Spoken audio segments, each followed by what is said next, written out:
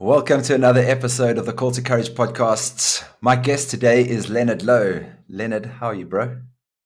Hi, Gareth. I'm cool, man. It's good seeing you on the screen here. How are you doing? Good, thank you, bro. Here in Guatemala, where you originally connected with Araminta and how you came into my world, and I want to get to that at some point. But it feels so weird to be connected to another South African, someone that feels like a part of my old world, although I haven't actually met you in person yet. And knowing that you've met and spent time with Minta and Des and a whole lot of crew inside Ista feels like family that I haven't quite met. Yeah, and I tell you, you're sitting at a beautiful place in the world that I love very much. I had such a magical time at the lake. 2 months there. It's such a beautiful, magical place, and I had such deep experiences there and good memories.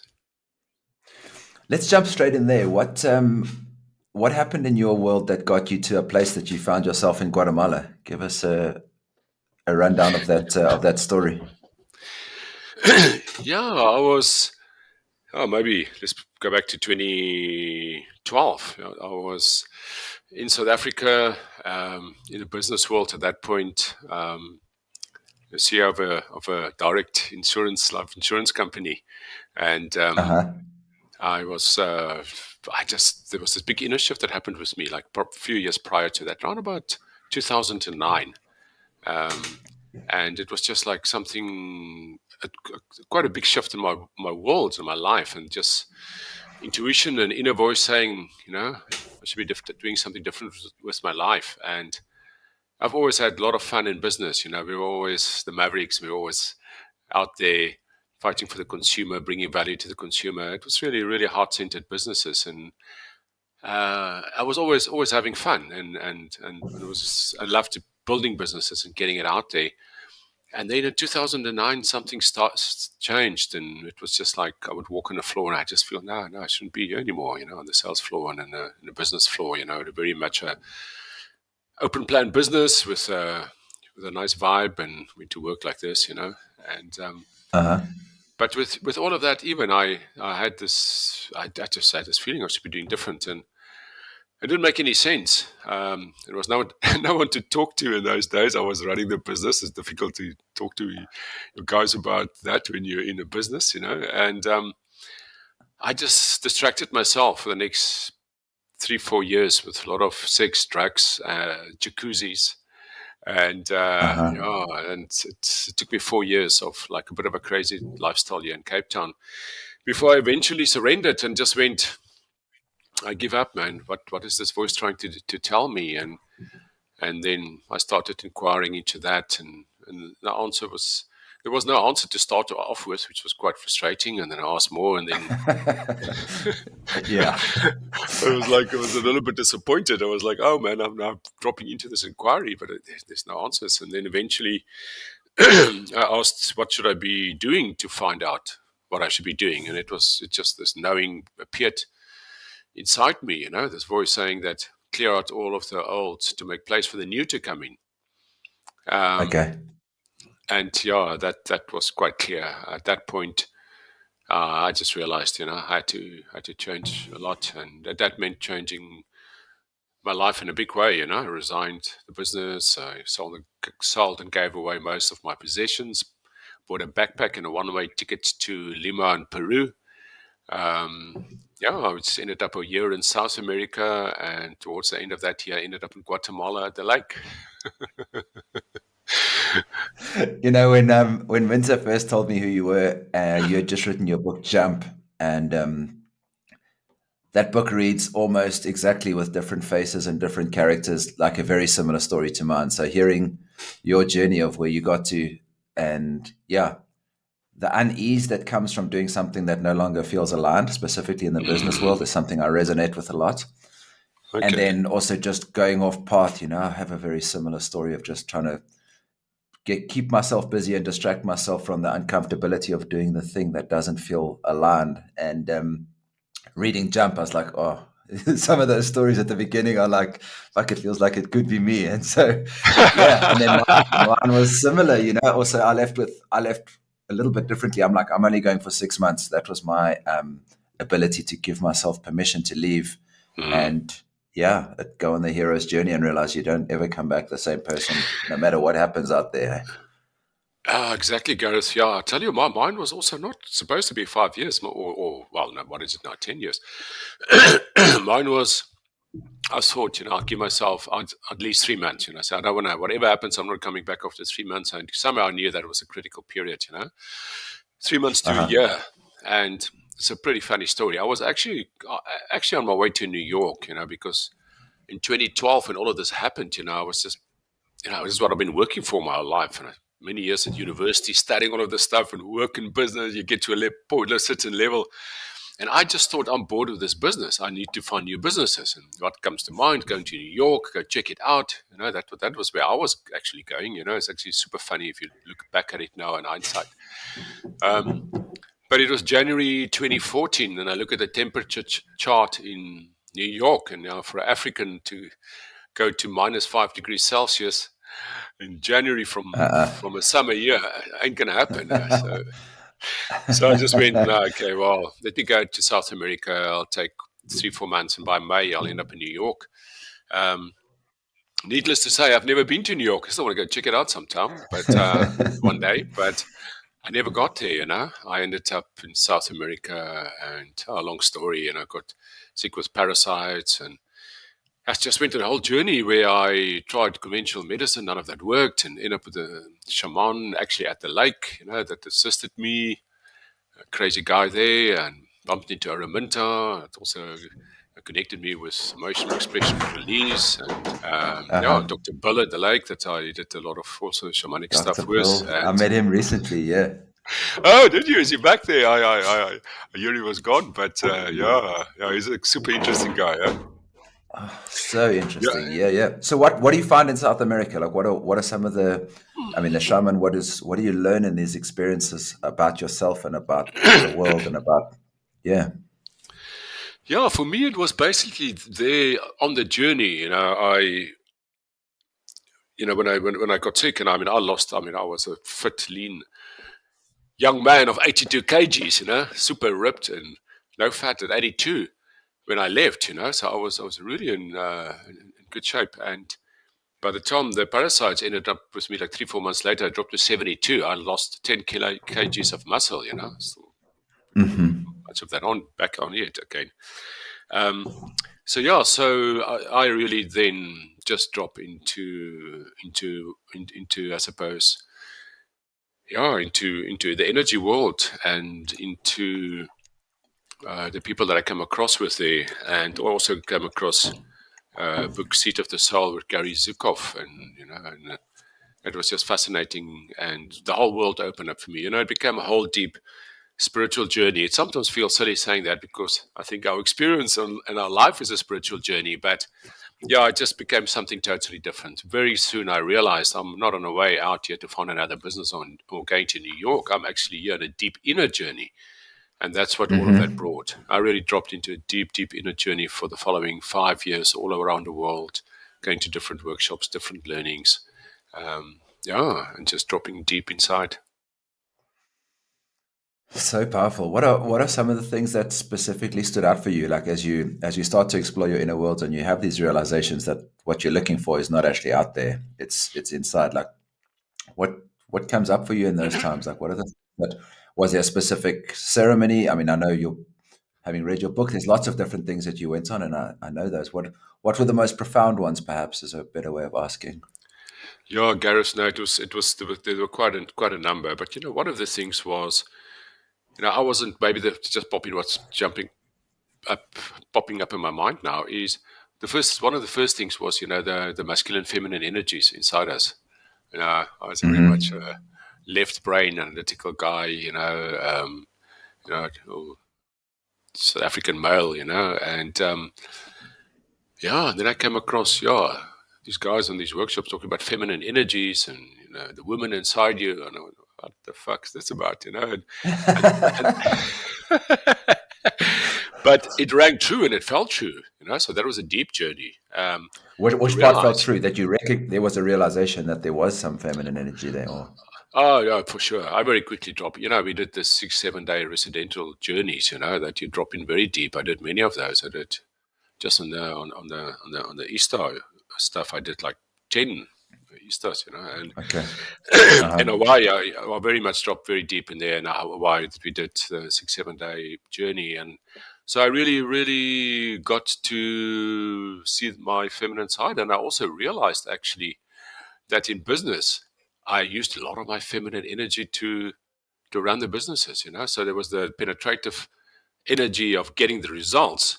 But then when I walked on the Yeah. floor with the sales guys there sitting, it was only last business only me, and when that started the business, the guys got to start the business, and when I left, we were 500 people. And I would walk on the floor and I'd talk to the guys, and I'll be on. It was I was very much from managing from a feminine energy. We always used to say in the business, hard on results, soft on people, and that was actually fascinating. It was a lot of masculine feminine integration already there in a business space, but then I just became Mm-hmm. more conscious of it when I did these journeys. And what then was another Mm-hmm. deep drop in for me when I did this was I then realized also the outer feminine. I have a journey with the outer feminine. I love women. I love the outer feminine. And I Mm-hmm. realized that sometimes that could have been also, especially those last years in Clifton and Cape Town, at the crazy time, it was a distraction. I was using the outer feminine very much as a distraction, or to go inside and go inner, deep inside. And when I was in Hawaii, with this after the training, I stayed there for another few weeks, and I basically just ignored all the beautiful outer feminines that walk around on the Puna Coast in Hawaii, and as you know, there are quite many of them. And I just dropped Uh-huh. into the inner feminine in myself. So it was a deep, beautiful journey. And it started the celibacy period of almost 2 years. A little bit of breaks in between, but a broad 2 year celibacy period where I didn't connect with the outer feminine from a sexual point of view, but rather connected with myself and my own energies and my own masculine feminine. And that was a profound journey. When I came out of that and I started connecting with women after that, it came from a different place. It came from a very much more of a completeness place. I wasn't connecting to look for completion. It was just like I felt pretty chilled about, you know, myself in terms of this inner, call it marriage. And then when I connected with women, it was like, it was like, wow, it's a nice to have. I didn't need it anymore. It was just because uh, if I wanted it, it was great, but it didn't come from a neat place. So, such an important realization. It's like we all articulate our soulmate as being the partner that comes into our life and, hopefully sweeps us off our feet. But in many ways, our soulmate is the relationship that we have, the only one that we have for our entire life, and that's with ourselves. And recognizing that in order for us to be able to show up fully in any partnership is to show up fully for ourselves first and recognize this inner marriage Sure. of masculine and feminine. And so, yeah, that's such a beautiful practice. How did you come to know about celibacy? Was this just a conscious choice that you made? Did you recognize that you were distracting yourself with women, or did it just naturally unfold that way? Like, it's not a choice many men make. That's what I'm. No, Yeah, no, it's beautiful. No, it's a beautiful question, and it's a super funny answer in a way. Also, yeah, it just happened. As I said, January 2014, one-way ticket, Lima, Peru, South America. One of the other reasons I went there, I'm just being honest, is that I also knew or thought there were a lot of beautiful women over there, and I love the Spanish yeah. looks. I arrived there, and yeah, I just found myself in South America. Uh, just something shifted. That's even before we were doing the residential workshops and all the trainings. That was even in that first year before I did any spiritual, workshops or sexuality shamanic workshops. I was just traveling. I was reading a lot. I was reading a lot of Paulo Coelho, Gary Zukav, and so forth. But I, it is just something that happened, Gareth. It's amazing. I just found when I was talking to a lady and I would talk and engage with her, but I didn't take it further to the sexual space. It was the strangest, weirdest thing. I was may wanted to, and I would feel I want to, but then as we're talking, I just felt I didn't want to. It was the strangest thing. It's super funny. I would almost self sabotage and drop some water or a beer on her or myself or whatever. It's weird, man. It confused the shit out of me because it just started happening. It was just my soul was saying, no, take a break, and just focus on yourself. I mean, I didn't even understand the message, about inner feminine and all of that then. I just Mm-hmm. knew, or it just happened that I didn't. And I mean, as you know, South America, there are a lot of beautiful women around, and you're from Mm-hmm. Africa, and you're in Colombia, it's this wonderful woman there, and there's a lot of opportunity. And I made some good friends, but I just felt it just happened that way. That it was almost as if they I didn't I just couldn't go there. It just like very clear message from my soul that I then listened to, as to not to. And in the beginning, it was super confusing because I was like, why is this happening? Because part of me wanted to interact, so the body Mm-hmm. was responding Mm-hmm. and you know getting an erection, but the other part of me was saying, no, don't, and it wasn't a mind thing. It's just almost like a soul thing. If it's difficult to articulate this, but it was a very clear, it was almost impossible to do. It was so clear that I didn't. And then Mm. only like a few months later, at the end of that year, Jan Feb, the next year in 2015, and I did a lot of the work around, the deep inner journey and masculine feminine energies. Then the penny dropped, and I went, okay. I had to get to know my inner chick first. Uh-huh. Yes, but exactly. but to be honest with you, I wish I could say I had that insight in that year before. I didn't. It just happened. It just happened that way. It was just, Mm-hmm. I suppose, listening to the voice, listening to the intuition, the same voice and intuition I listened to when I jumped out of the business in 2013. Eventually just trusting my intuition, trusting the voice. Um, yeah, and I was thinking as we were talking, and I love this name of your podcast, man.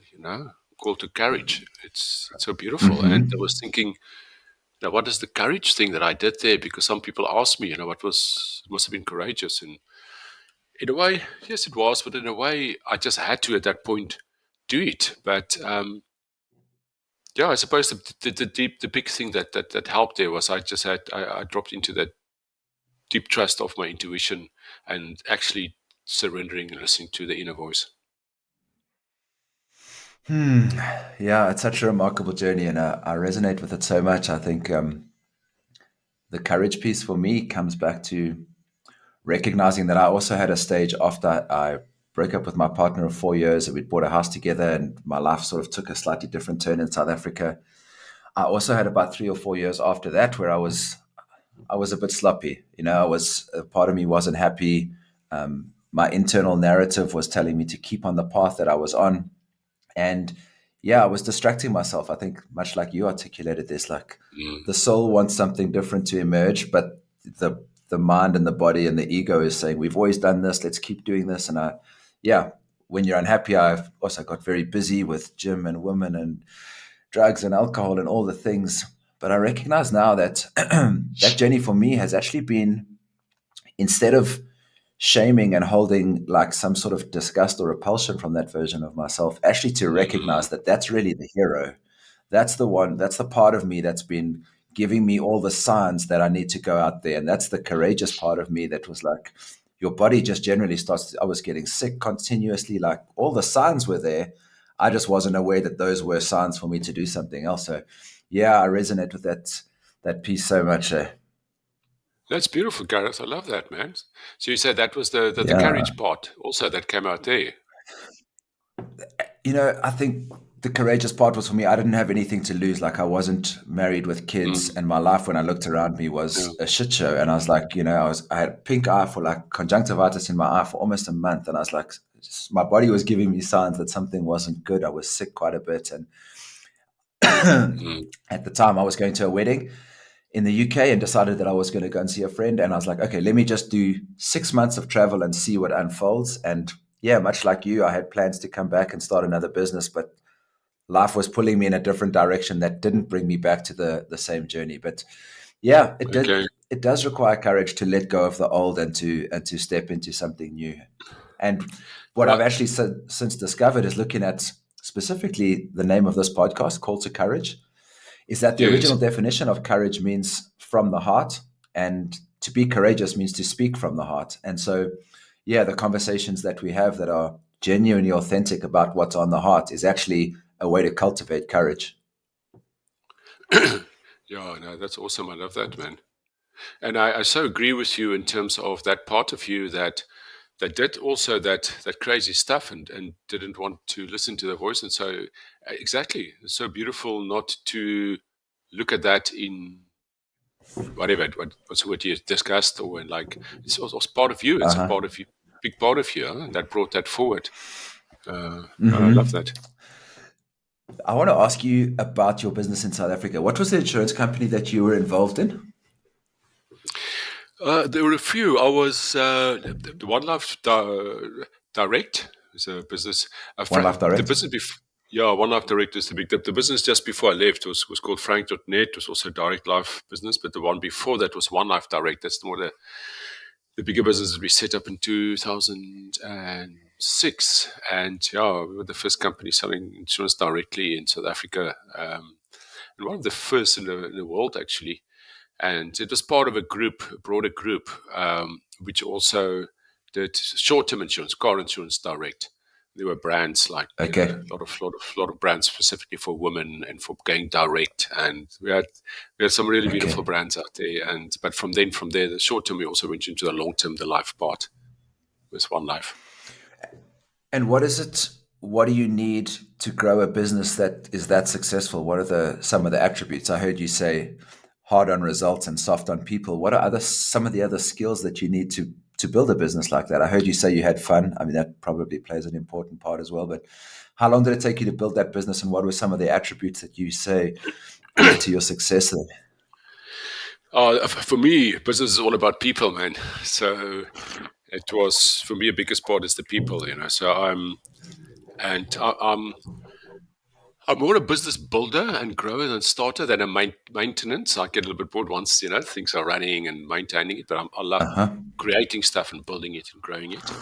And yeah, so what I did with both those last businesses were I would interview every person before they start. Doesn't matter what level. I would have the last interview. Obviously, I didn't go do a lot of the other guys in the business would obviously check the competencies, but I would do a culture check, in the last interview. Plus, now this guy, imagine this young sales guy on the floor. And we didn't have titles in the business, but obviously from a PR point of view, would have a title. So now this young guy is going to see the CEO of the business before he starts. He's 21, 22. He's going to be on a sales call. So that was just super Yeah. awesome, So these guys started. I mean, they're like big eyes in this meeting, And the final interview was me, and I did. Even in the end, I interviewed. At a point, I had to have that session with about six of them at the same time because there was not when we had 500 Too people. many But I people. still, Yeah. yeah, it was too. But it was still that, So it was still doing it. And there were some guys that I just told the guys, "No, we're not employing them." I could see this not going to be a good cultural fit.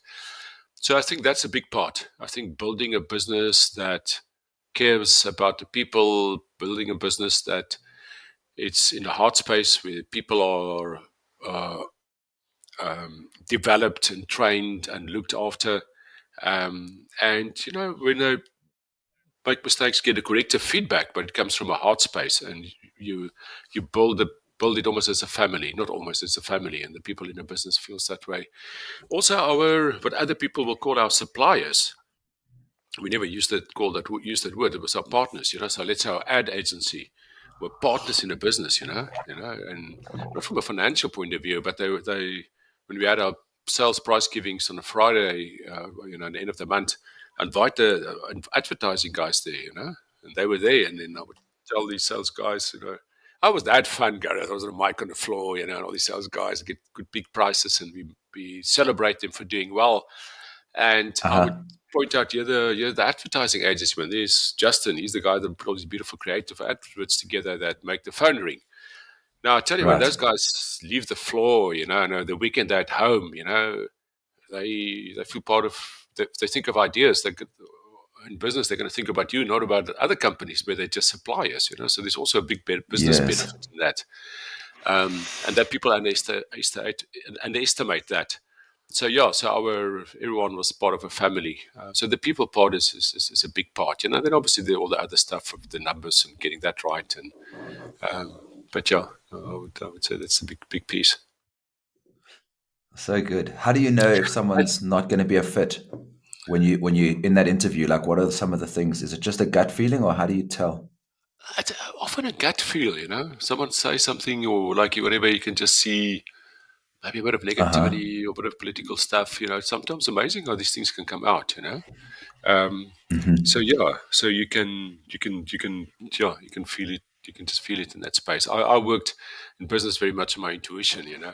Studied all the business stuff and the legal stuff and so on. But when I ran advertising for the group, the role before, I would look at different adverts that the guys would pack out, and I would just say, "Wow, that's going to work better than that." I just knew it, and we measured it because we had different telephone numbers for different adverts, and it was always right. So the intuition, I think, is another big part in business. That That people is the feminine part, right? That totally. was always there for That's, you. that's exactly that's it, and people underestimate that. And especially these big listed corporate businesses. If you talk to them and you give them ideas, so this is what we're going to do, and they say why, and you say because it feels right. Then those guys freak out. Uh Luckily, I was both huh. because they think they get really worried when you say that.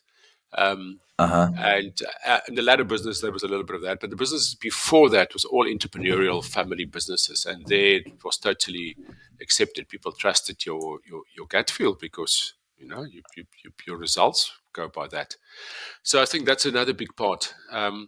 And then I think also, is this business what's the business doing? Does it? You ask the other benefit or success factor is that Hmm. is it coming from the heart? Are you ripping the customers off, or are you trying to give them as much value as you can? And are you direct and Uh honest huh. in your advertising and your marketing? And then when they call in, are you answer the phone fast and quick and have empathy with the guy? He just crashed his car or something happened, or got burgled.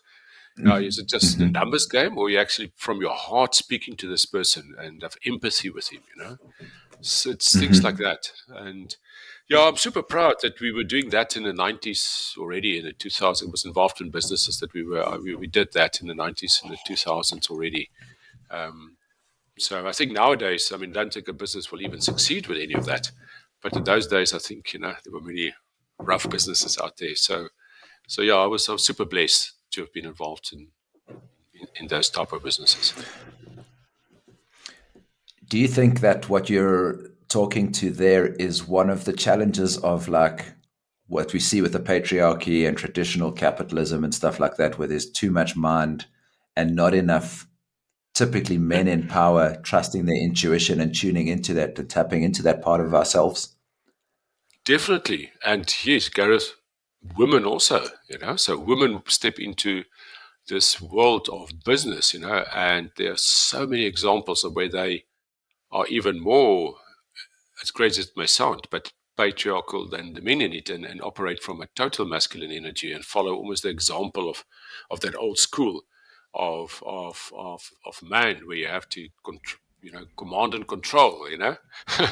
Those businesses in the That's the way it's previous been set century. up. Yeah, Yeah, it's been set exactly. up. That way, that's how you perform. Show up longer, and I recognize that women are expected to be that way if they're going to perform in a world that measures those things to be the key drivers inside a business.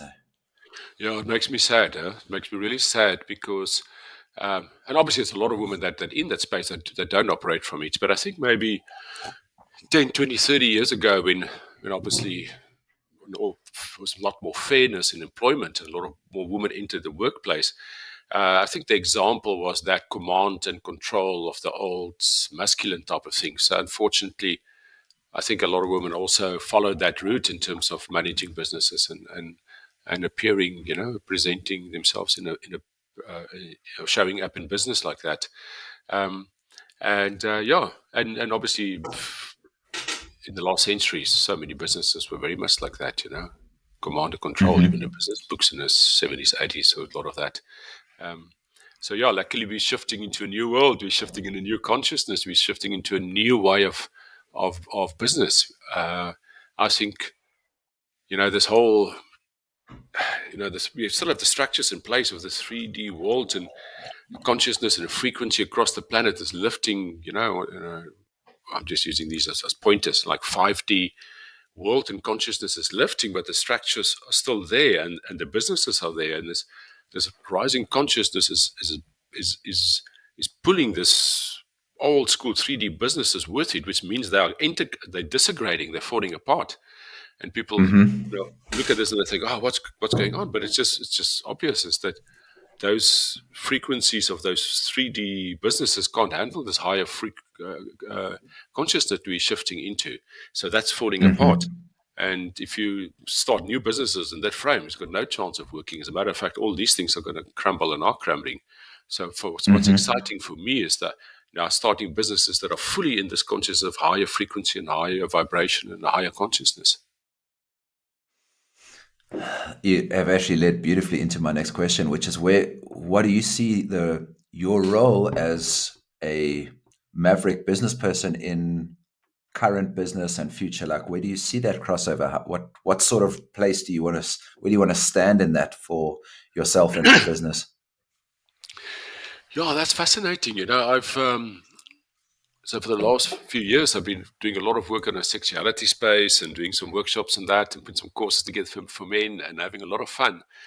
And now recently, the last few months, I was like going, okay, I'm missing business a bit. And I miss the intellectual stimulation because, there is just so much of that in business and most businesses. So now it's interesting. I'm actually finding the universe are bringing me some stuff, opportunities or things to look at in terms of business. And so maybe I'll get a little bit more involved, or maybe a lot more involved in businesses going forward. I don't know. Living the mystery, living this magical mystery. So let's see where it goes. But yeah, I think I definitely can play a big role. Whether it is running a business, starting businesses, or helping people that are running businesses to build it with this higher frequency and with this higher consciousness, which goes across all of it. It goes across the people. It goes to what we bring to market. It goes towards the energy that you're creating this with. You're creating it from a heart space, or you're just creating it in numbers. Nothing wrong with creating it with numbers, but where does it come from? Because whatever energy you're creating it with, that's the energy that it will be. Yeah. Yeah, so it's a beautiful question, Gareth. It's very appropriate for right now because I can really see some stuff shifting in my space with this that I didn't necessarily see coming. I can really feel that. Yeah, I think there's probably a role for me to play in that. Consciousness business going forward. It's it's something I was going to speak to you about, and I'm just going to plant the seed right here in this conversation, and that is, I see an awakening that you're talking about, like an awakening of consciousness. I think where I'm seeing it and where I'm playing a role and where I'm taking a stand, as where you are, as well as also in the sort of men's awakening sort of space, the integration of the masculine and feminine inside men. And I think what I want to make sure that we don't do is we don't end up recreating the same sort of structures with a new label that looks, a little bit more fresh for the times. And one of the things that I'm recognizing is that in men's work, there's quite a few of us doing similar things where I think perhaps we could be more effective if we collaborated a little bit better. You have your course, I have mine, someone else has got their podcast, someone else has got their online audience. And I'm keen to bring a collaboration of, people in this space together to share their gifts and bring our overlapping audiences together in a way that makes sense. So I'm not sure exactly what that looks like, but I can see a space where, we probably have a lot more to offer collectively than we do standing as individuals in this space. Yeah, I love that. Yeah, I love that, man. That's beautiful. Yeah. Yeah, that's the whole thing about, or collaborating rather than competition, to lift each other up. And I think that's also the world we're living in. So yeah, I What do think you that see sounds excellent. as what do you see as the skill set that we need to move into this next phase as leaders? What does leadership represent in this new paradigm for you? What do you think are some of the traits that we would need to start to get better at if we're going to move into this 5D and let these old systems disintegrate and move? Like, what are some of the embodied attributes that would embody leadership in a meaningful way? Sure, I'm just gonna drop into what's say what's dropping in for me now. Sometimes I just talk Uh-huh. whatever drops in rather than think too much about it. I don't know. The first thing that's coming up for me now is sexuality. To have your sexuality integrated. Now, people will say, wow, leadership and sexuality, isn't that actually a contradiction? And how can you have, in business, sexuality is such a dangerous word in leadership and business because you can get sued and, lawsuit. Uh-huh. You know that whole story. So, but for me, to be an integrated human being and integrating and connecting with other people, you need to be integrated yourself. And I actually have this quote, my own quote on my website, which says you know, a powerful man, it's got a healthy, balanced sexuality, and that starts with a deep inner journey, something to that Mm-hmm. effect. And Uh-huh. so, yeah, I think sexuality is a big part, And then often what you do is you go to these workshops, and there's many beautiful things around the world happening, and there's also a lot of stuff for men, for example, the Mankind Project, and I don't know that much about it, but a lot of stuff like that. But a lot of these things includes everything but sexuality. So you Uh-huh. walk into the workshop space and put your sexuality in a briefcase, you leave it at the door, and you go in, and you do the whole Right. weekend to week, and then as you come out, you pick up your suitcase with sexuality, and you you leave again. Now, why? So why Yeah. would that be excluded? So I always want to jump to the less obvious and say that I think sexuality is a big part. Guilt, shame, fear around sexuality comes out in so many other areas in your life. So if you want to be a strong leader, you need to look at your relationship with your own sexuality. In terms of guilt, shame, and fear around it, and then from there on, also your own inner relationship with yourself, with your masculine, feminine energies, um, and the inner marriage to yourself, because that will also come out in your connection with other people in a leadership space. And I mean, leaders connect Mm-hmm. us, and the definition of leaders, you work with people, So if you're connecting with people, it starts with a connection in yourself first. It's kind of a starting. How do you see sexuality playing out when it's not integrated? What does that look like? Yeah, when it's suppressed and you are not expressed, it comes out in other ways. That's where it often comes out in abuse, and comes out in the shadow side of it. Um, Mm-hmm. if you haven't integrated that, you haven't the guilt, shame, and fear around it, and you're conditioned on it, and you press it down. Eventually, it does pop out. And then in extreme Mm-hmm. cases, that's where you get abuse. That's where you get in the church or the Catholic churches, abuse of young boys, and you get in rape in communities and stuff like that. And you go into some Mm-hmm. parts in the world and spend a lot of time in. I mean, I'm not picking on India, but it's just that's coming something that's coming up now. I spend a lot of time in India, and you walk in the street, and you can see the suppressed sexuality of the people, and you can see the way they look at you. And it comes out in another way. The energy comes out in a different way, and it was. I experienced that in Ugly. India. You experience that, brother. It's like it's almost an Mm. ugly way, and it's not just the way they look at a woman. It's also like the way I look at the guys. It's crazy. My daughter, when I was traveling the world, my kids always come out. My son and daughter backpack a bit with me. They were still at school, for 2 3 weeks. And we didn't actually. I was in India, but we didn't go to India. We went to Sri Lanka because I thought it was going to be too extreme for her. But even in Sri Lanka, we had that. Yeah. I taught her some Mm-hmm. sacred geometry things to safeguard herself and but Yeah. yeah, so there's so much, There's it comes out in other ways. I can vouch for that so much because I recognize that there's a part of me that when my intimacy and my desires weren't honored or viewed as sacred, they very much went into the shadow. And it was a big energy leak for me. I was continually finding ways to be able to move this sexual energy in a way that distracted me from showing up fully. And yeah, I couldn't be honest with my lovers. I couldn't be honest with the people in my world around me because, yeah, I just wasn't able to own that and to have integrated my desires and stuff. So I resonate with that piece so much. That's taken you into this new line of work, and I want to read your bio. Author of Jump, an epic soul and sex adventure, speaker, guide, mentor, sexual mastery coach, wizard, and lover. What do you mean by wizard?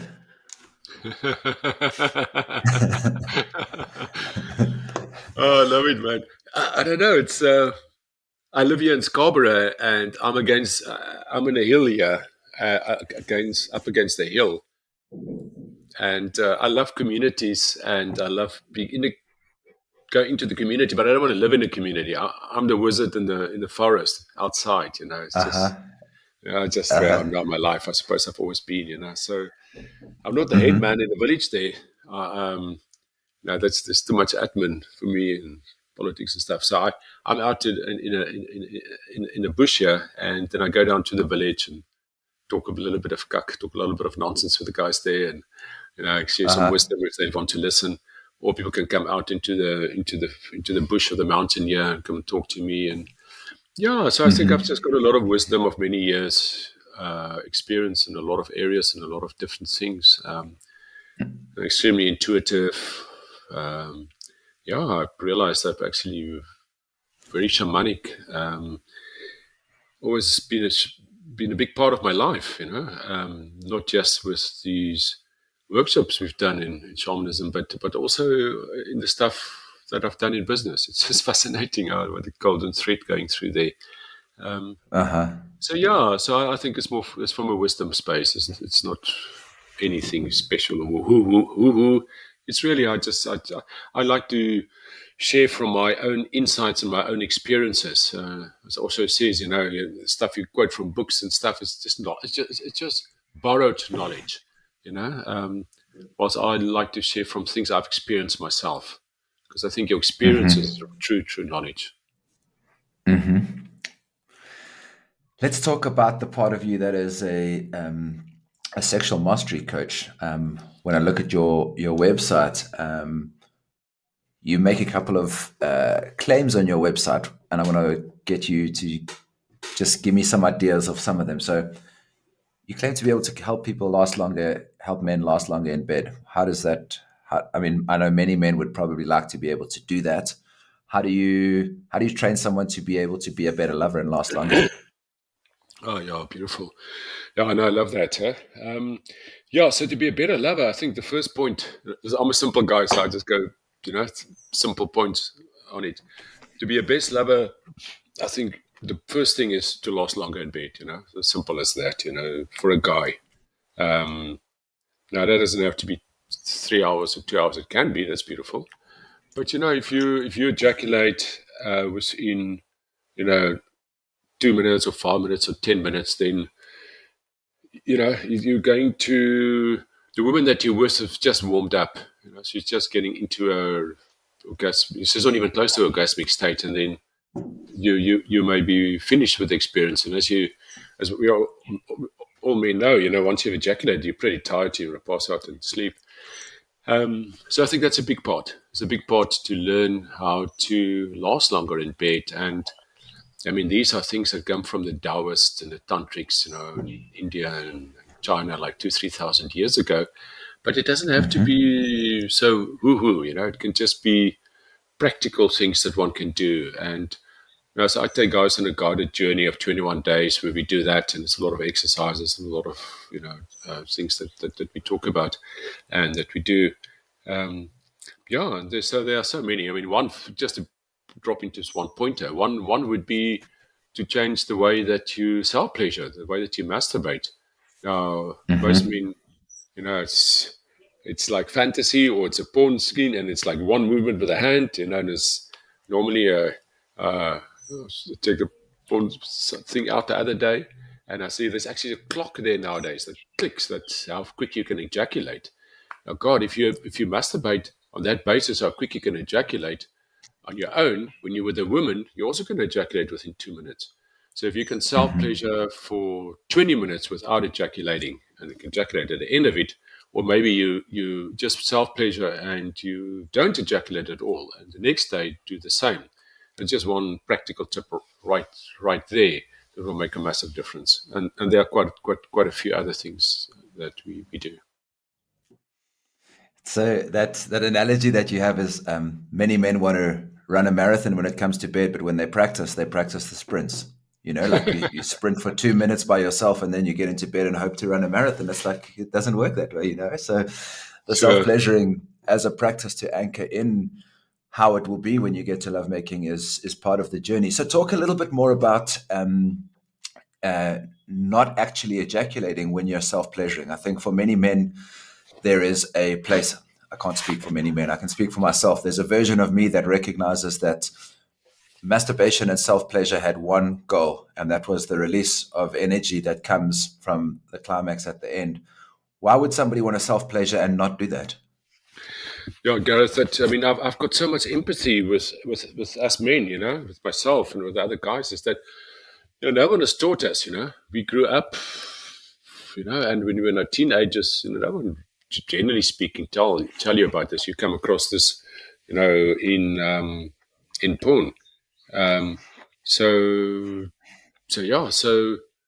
basically, yeah. So the big thing is to drop into a space where you can self pleasure, and then when you get close, for practical thing is when you get close to the point of no return. Um, I wouldn't say not even 90%. When you start with this, do it like 50% or 60%. Then to slow Mm-hmm. down, and then to build again, slow down, build again, Mm-hmm. and that will also then teach your body that you will teach you almost a marathon, as you say, to go ahead. And there was another part of the question that I just forgot. What was the Just rest? why would you not want to ejaculate?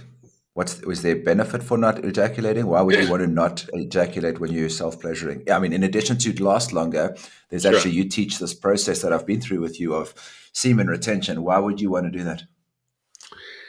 Yeah, the other beautiful thing is that, most men don't realize that ejaculation and orgasm are two different things. And that Uh-huh. is just crazy, and because no one has told us that. And I have to spend a little bit of time on this because, I mean, if Yes, please. someone knows it, then that's cool. But if they don't, they're going to go, what are you talking about? Now, Uh-huh. this is not just a spiritual woo-woo. This is, a medical scientific fact, So your body, where you have the orgasm experience. Well, first of all, you can have different orgasms with the energy running through your body for like almost more full body experience, or you can even have on your genitals the ejaculation. The orgasm experience where you have the contraction of the prostate.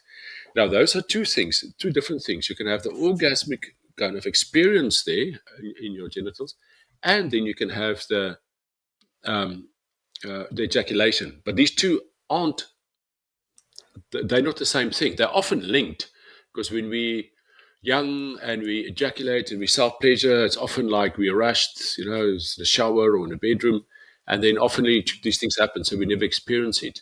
So the beauty is if you Mm-hmm. stop, if you get to the point where you don't ejaculate, but then eventually you can have these orgasmic experiences, then your body gets the experience of this being two different things. Now, it's one thing for the mind Mm-hmm. to know it. It's one thing for me to explain it, and someone can go, "Okay, well, I don't know what you're talking about," or "Okay, I can kind of understand." But it's a different thing when your Mm-hmm. body experiences. When you actually have the body experience of having this orgasmic thing happening in your body or in your genitals, but you haven't ejaculated, then you start realizing it, and then you realize these are two different things. And I can almost another pointer I can put out there is I don't know if anyone had, maybe I'm sure a lot of guys out there would have had the experience of ejaculating without the orgasm. I've had that before where I've Uh-huh. ejaculated, but I didn't have an orgasm. So it's another proof point that these are two different things. Right. Um, Yes. and then obviously, if you have the orgasm without ejaculation, then you really, really feel it.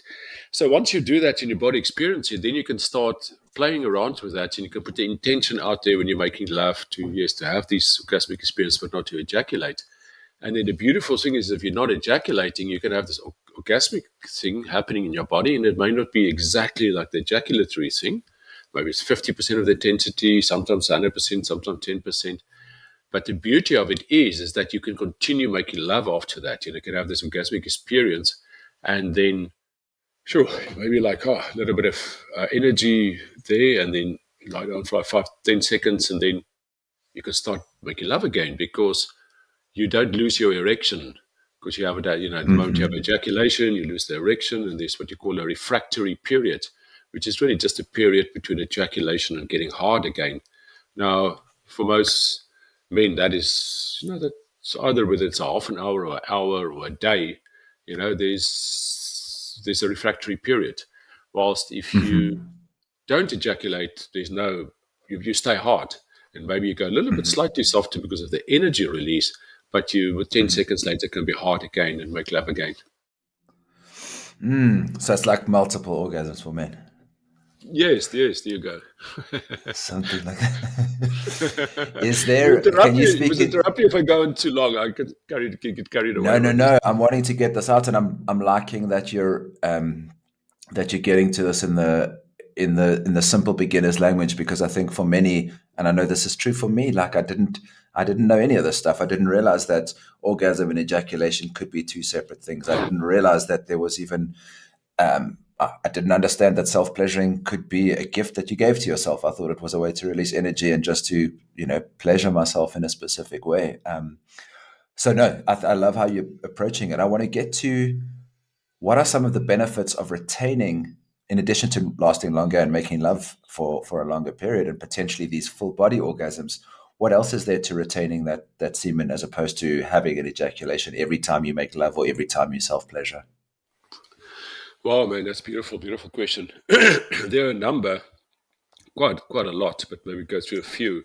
Um, Another part, one part would be energy. You would have just have more energy, and I call it, and a lot of the guys call it, ejaculation hangover. So if you have ejaculated, what most men will find, also depending on the age, but you'll have an ejaculation hangover for a day or 3, 4, 5, 6 days, and especially if you ejaculate, let's say, on a daily basis, which a lot of men do, believe it or not, but a lot of men Uh huh. ejaculate Uh huh. daily basis or a few times a day or every second or third day. Um, and so if you ejaculate on a daily basis, you after ejaculation, you go into this hangover period where your body needs to build up all this energy again. But if you then the next Mm-hmm. day ejaculate again, you haven't built up the energy again. So you're continuously living in an ejaculation hangover.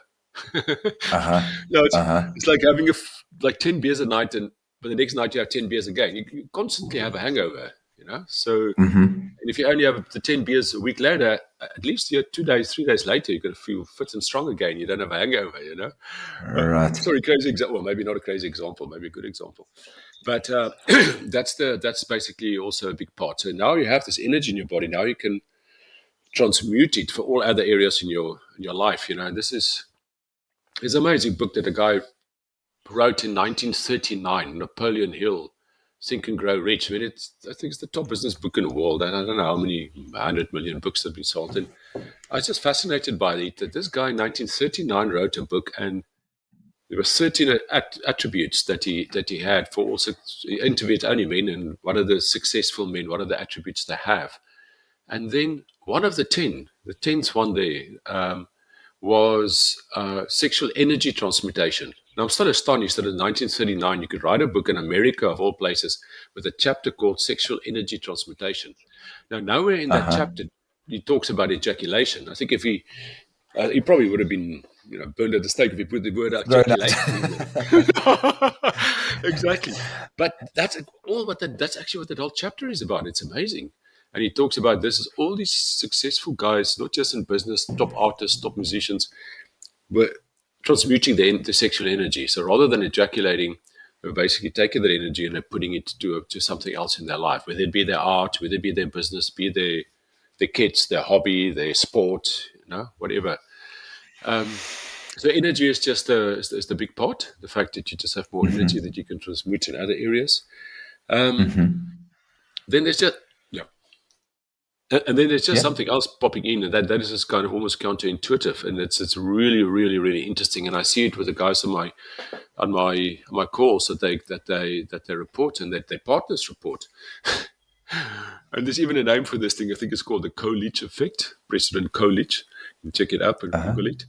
And that's basically that if you don't ejaculate with your partner every time, I mean, that's not to say none of this is about that you shouldn't ejaculate. It's just that you Uh huh. ejaculate consciously, that you may not ejaculate every time, maybe only every third or fourth time that you make love, or maybe Mm-hmm. every only 2 or 3 weeks that you make love.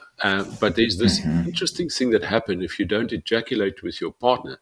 It actually increases the heart connection with you and your partner. So as a man, if you don't ejaculate with a woman, your heart connection with her becomes stronger. I mean, this is a Wow. discussion of about 2-3 hours just on this one point. Um, so the guys that are interested, to Google that. But it's a fascinating thing. It really creates a beautiful bond. And I can give the brief summary of it. I think biologically, once you ejaculated in the woman, evolutionary wise, now straight after that or the next day, you're looking for the other woman to ejaculate in, to spread your seed. But if you made love with this Right. woman and you haven't ejaculated in her, then your body is still in that space of you're going to still That's give a cool. seed. So, gee, it's a hell of a brief summary of quite a complex point. So I hope it lands. And then maybe just another thing, there's so many benefits. But another thing, what I also find is that if you as a guy become so aware of your own body and of your ejaculation and the way you self pleasure, this heightened awareness of yourself and your body spills over to heightened awareness and presence with everything and everyone around you. So now you go out in the world and you're actually much more present and aware with the other people because you are more present and aware with yourself and your body, and you're also more present and aware with nature and with everything out there.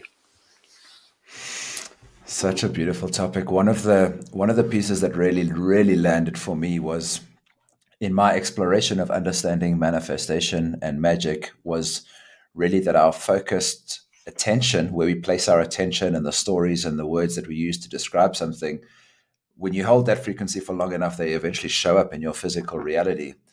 When I Sure. realized the power of our creative life force, meaning what thoughts it is that we hold while we're in lovemaking or self pleasuring, many of us are unconscious of that particular moment. And so for me in the past, it would be like I would be fantasizing about past lovers or future lovers, or even worse, like porn.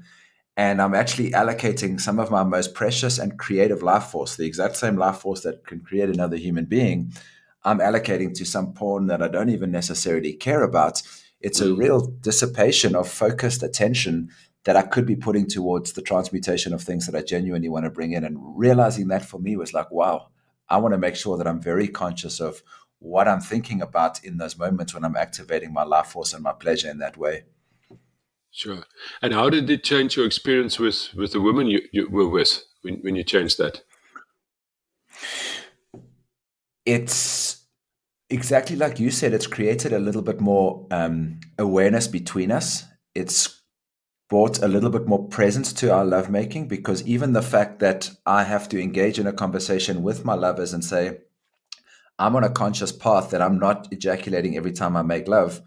For Mm, many women, that's something new for them, not often something that they readily receive. So just by the fact that I need to have that conversation up front and let them know this is my choice, this is why I'm making the choice, explaining it in that way mm, creates a sense of safety and awareness that also gets them to know where I am. And I feel like our connection is a little bit better instead of two beings bumping together, with some common goal or just to pass the time or to move the energy. There's genuinely a little bit more of a dance where I can explain that I use a percentage of 100 to describe how close I am to my edge. And when I get to 70, I need you to stop pulling. So there's like all these nuances that come up in mm, connection mm. that I think have made it just so much more perhaps intimate. I think it's just the ability to be able to share what's genuinely happening and create this backwards and forwards in a way that I never really had reference points for in my lovemaking. There are No, many, but that's definitely one that stands out for me. I love that, Gareth. Yeah, no, and I find it for a lot of the guys saying the same. Yeah, just that communication. So now you're talking about sex with your partner. That's already just the talking is already it's such a big part.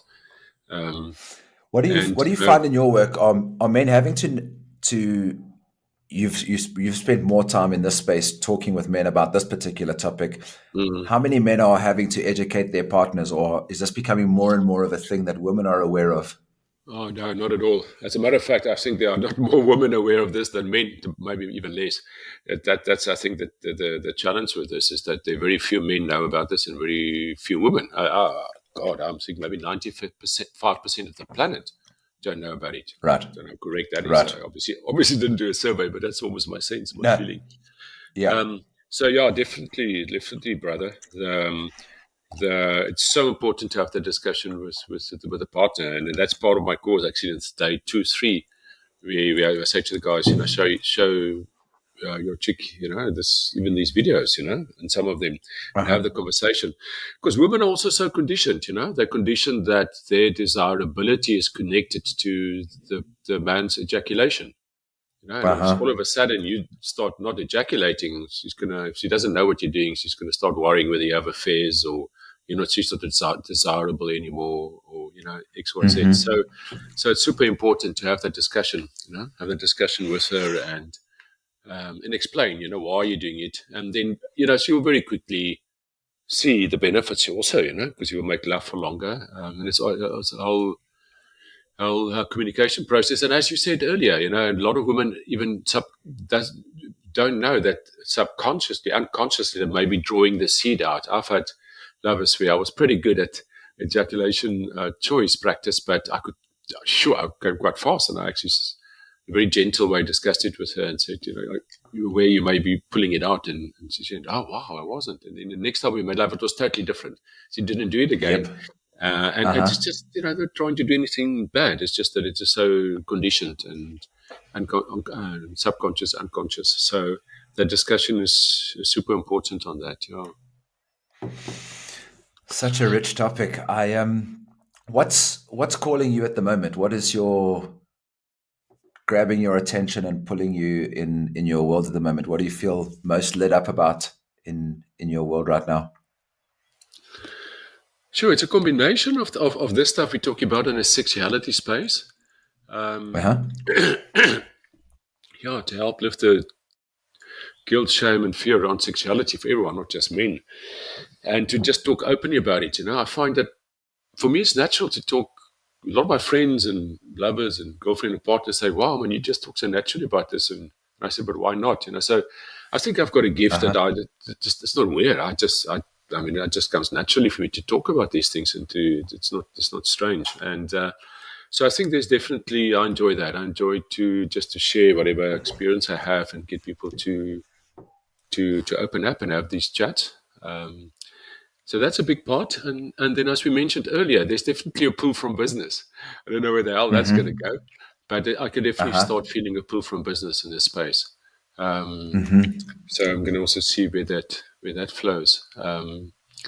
But conscious businesses, stuff that, for example, something I looked at recently that can uplift rural communities, can help poverty, in Africa and other developing worlds, and all in the same way make the planet greener.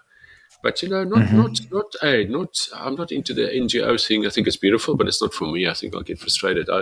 We're also building value in the business. So, but then because those businesses create employment, it creates entrepreneurship, it creates employment and a livelihood for the people in the businesses, and you can build these things also where your suppliers become partners, they become also entrepreneurs in it, and especially in Africa. I mean, South Africa, this place needs entrepreneurs, man. That's the only solution. I mean, I don't know. I think the unemployment rate is, I don't know, 67% or something. I don't know. I'm Wow. overstating it maybe, but it's a hectic line. I heard sometimes 36, sometimes 67%. I mean, I think it's states or so, whatever, first world countries, the guys complaining it's very high now at like 5, 6%. Really just guessing the numbers a little bit now. But yeah, this is Yeah, a yeah. big challenge here, man. So yeah, so creating entrepreneurs, that create value. So beautiful, brother. I'm so grateful for the work that you're doing, and I'm grateful to have met you and to have spent time in your space and in your container. And yeah, bro, I'm lit up by what it is that you're sharing with the world. And yeah, we spoke a little bit before this, and if it still feels like a yes, it would be great to have you inside our men's circle to touch a little bit on this ejaculatory choice thing next week, and perhaps even be a guest inside the clear relating container, which we have coming up in March, if that feels like a yes for you. Yeah, that sounds excellent. I would love to share. I mean, I'm happy to talk to anyone about any of this, and I would love to talk to you specifically about it because you're doing such beautiful work. Thanks for the amazing stuff you're doing, Gareth. They're from the Appreciate it, beautiful brother. lake. So yeah, whatever way I can support and collaborate, I would love to. Thank you, man. And I'm looking forward to coming and sitting at the feet of the wizard when I come to South Africa in Scarborough there. I'll pour you a cold beer or a hot cup of cacao, whatever you prefer, on the deck here.